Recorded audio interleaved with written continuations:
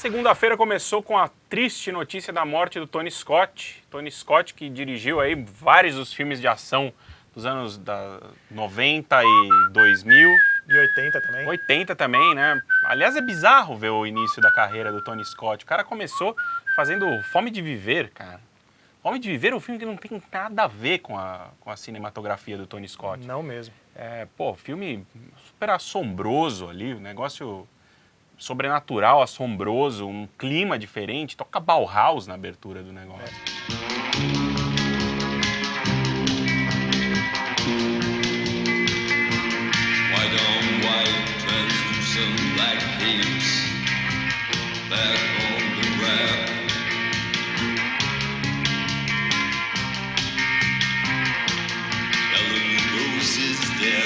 Mas o Fome de Viver e o Amor a Queima-Roupa, que aliás o roteiro do Tarantino, são os filmes que as pessoas costumam dizer que são os favoritos do Tony Scott e tal.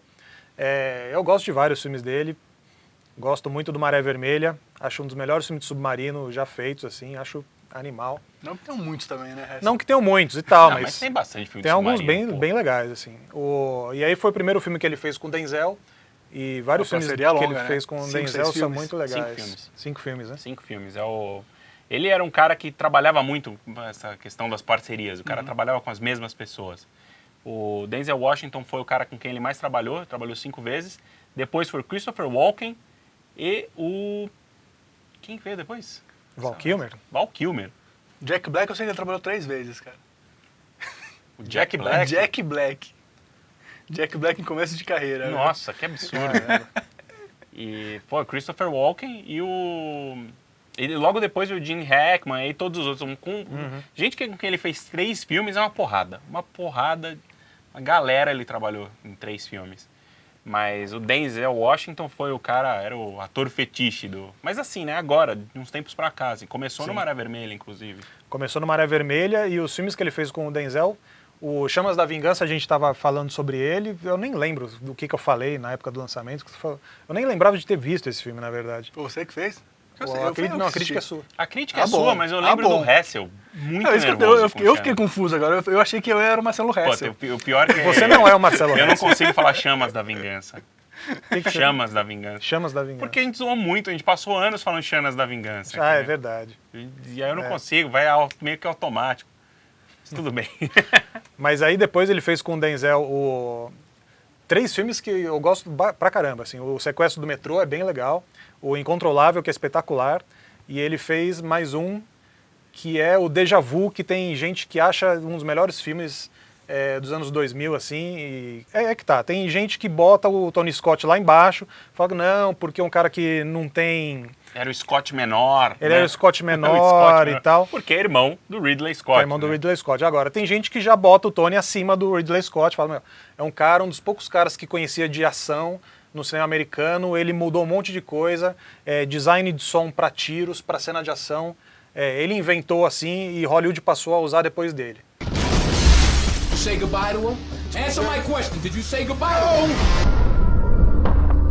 I got all the time in the world. You don't, but I do. Forgiveness is between them and God. It's my job to arrange the meeting. Tem gente que fala, não, é um cara que não tem assinatura, que você olha os filmes dele, parecem meio genéricos e tal.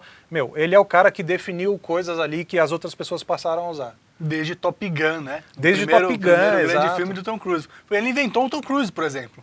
Sim. Não é? Como astro galã, tal. Exato. Foi ele mesmo.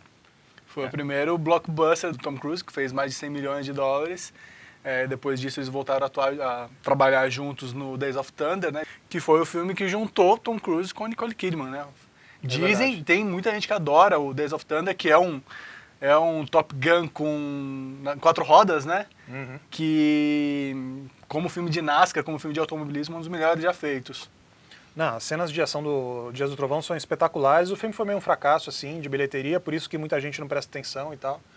Mas é outro filme que... É um velho problema, né? Tipo, não foi bem de bilheteria, o filme as não pessoas é essas ignoram. coisas, blá, blá, blá, né? Blá, blá, blá, blá, né? Tipo, pô, até quando, né? Não, mas assim, sem entrar no mérito de qual irmão era melhor e tal, o Tony Scott, sem dúvida, era muito mais regular, a produção dele é muito mais equilibrada do que a do Ridley Scott. Né? E, assim, acho que tem que ressaltar também que se não fosse O Tony Scott, o Ridley Scott não teria feito um monte de coisa, né? Que os dois trabalhavam juntos, Exato. como produtor, um produtor do outro, tal, produzindo coisas, ou até só os dois como produtores, produzindo coisas para outras pessoas, né? A Scott Free, a produtora deles, sempre teve muita coisa, inclusive coisa para TV recentemente. Eles continuam fazendo muita coisa para TV, assim. Eles estavam fazendo uma série de Fórmula 1 para TV, que, putz, carros e velocidade, que é um negócio que ele sempre trabalhou e tal. Parecia que era bem legal. Ele queria fazer um remake do Warriors para o cinema. Nossa, esse Puta, remake ele tinha um monte de projeto esse remake legal. do Warriors deu o que falar uma época, né? Ele teria já... teve uma época que ele circulou a informação que ele já teria se encontrado com todos os líderes de gangue, porque ele queria gangues de verdade, todas as gangues de Los Angeles reunidas num lugar só e com uma bandeira de paz ali, falando, não, vamos trabalhar no filme juntos, né? Mas ele queria colocar 100 mil integrantes de gangue, e em Los Angeles isso é pesado, as gangues lá são tensas, o negócio Ainda é violento. hoje, né? Ainda hoje, que Ainda o Warriors hoje, era sim, nos sim, anos 80 sim. e tal, e o negócio foi...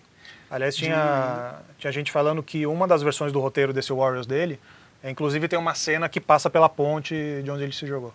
Sério. É. Que, aí voltando lá ao assunto da nossa abertura, a ponte é alta, cara. O cara escolheu o jeito mais cinematográfico de... Exato. O cara manjava de ação e o cara se jogou da ponte mais espetaculosa. É muito alta, cara. Nossa. Porque antes de você chegar, tava uma discussão lá embaixo, tipo, o resto falou, se jogar da ponte, mas como é que você tem certeza que morre? Olha a altura da ponte, cara. Aí você... Não, falaram que foram 4 horas de queda, mergulhos. foi. 4 horas de queda, não. Aí é só o Inception, só o Christopher Nolan vai ser umas 4 horas de queda. Foram 4 horas de busca submarina ali, até achar e tal, e uma das coisas que eles viram foi o sapatinho dele boiando lá e a galera lá embaixo mergulhando. Foram os chips lá, né? Bombeiros, chips, todo mundo lá procurar. Então os filmes dele continuam aí. Os filmes dele continuam aí, por isso que a gente está fazendo aqui essa homenagem ao Tony Scott, que deixou ótimos filmes, pô, como o Hessel colocou muito bem aqui, sacudiu o cinema de ação, né? Definiu coisas, estabeleceu paradigmas para o cinema de ação. Então tá aí. Tony Scott. Rest in peace. Rest in peace. Keep on him, man. Keep on him. I got him. I got him. Here comes the shot.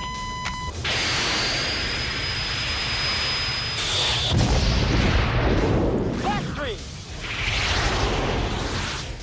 Bad move. There's a MiG undertail. There's a MiG undertail. We've got a problem here. We've only got 1 missile left. Approaching 110 miles, sir. God damn it. I got him. I got him. He's right on us. He's between our tails. Shit. You haven't lost him. He's still with us.